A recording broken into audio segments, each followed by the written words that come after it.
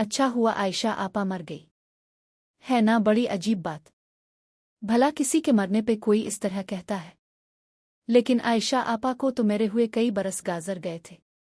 बस हुआ यह है उनकी और डेड बॉडी और कल मिली है एक फ्लैट में जहां वो कई बरसों से भूत बनकर रह रही थी। लेकिन ये हैरत की बात नहीं कि इसका एक बेटा अपनी बीवी और 2 बच्चों के साथ कराची डिफेंस खियाबान बहरिया में 4 कनाल के वसी महलनुमा घर में खुश और खुर्रम जिंदगी गुजार रहा है। दूसरा बेटा इस्लामाबाद में जिसका चेक शहजाद में 8 कनाल का फार्म हाउस और बहरिया में लग्जरी कोठी और कराची में करोड़ों रुपए मालियत की प्रॉपर्टी। और माँ का ये हाल। आयशा आपा। जगत आयशा आपा हमेशा से ऐसी नहीं थी। यही कोई 10-15 बरसों पहले न जाने उनके मन में किया समाई। सब बच्चों को कॉल करके बुलाया। अपनी सारी जायदाद बच्चों के नाम कर दी। इसके बाद वही हुआ जो हमेशा से होता आया। उन जैसों के साथ ऐसा ही होना चाहिए था। आखिर क्यों नहीं ऐसों को अक्ल नहीं आती। किस किस का नाम लूं। आयशा आपा की औलाद। चंद महीनों में ही अलिफाख्ता गई आयशा आपा एक दिन तलत हुसैन साहिब के आगे फट पड़ीं जार और कतार रोते हुए। कहने लगें कि दिन में कई बार सारे बच्चों को फ़ोन करती हों अलिफ। लेकिन वो कॉल अटेंड ही करते। कभी कभार उठा भी लेते तो कहते 2 मिनट ठहरे अभी कॉल करता हूं। और वो 2 मिनट पहले घंटों फिर दिनों फिर हफ्तों महीनों पर मुहित हो जाते।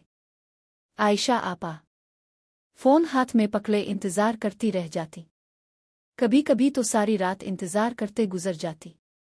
लेकिन किसी एक का भी फ़ोन नहीं सा। अभी कोई 15 बरस पहले ही की तो बात है जब आयशा आपा ने बेहद शौक से प्राडो टीजी गाड़ी ली। शौक से खुद चलाती हुई तलत हुसैन के घर आईं। केक और मिठाई लाना ना भूली।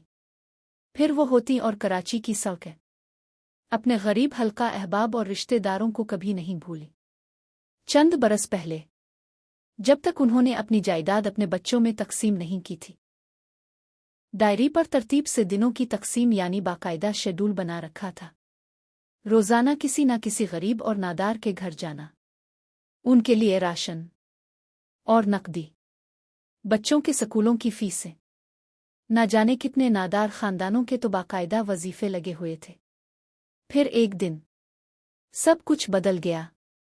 अपनी जायदाद अपने बच्चों के नाम कर दी। फिर उसके बाद अच्छा हुआ सांस की डोरी टूटी तो उन्हें यकीनन सुकून मिल गया होगा। क्योंकि वो जिस तरह सारी रात अपने फ्लैट के बाहर बेचैनी से टहलती रहती बड़बड़ती रहती। थक के चावर हो जाती तो नीचे बैठ जाती। फिर उनसे अलिफाटे नहीं जाता था। अब तो वो अचानक चीखें मार कर रोने लग जाती। जब उन्हें अपनी इस हालत का खुद एहसास होता एकदम से चाप कर जाती। पड़ोसी पीचारे उनके करीब आते तो ये उन्हें जोर से डांटना शुरू हो जाती।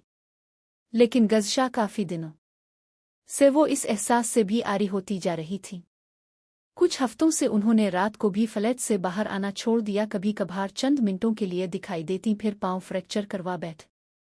फिर खामोशी। इस बार जब खामोशी खासी तवील हो गई और फिर जब फ्लैट से अजीब सी बदबू भी आने लगी। आयशा आपा को तन्हाई ने मार दिया।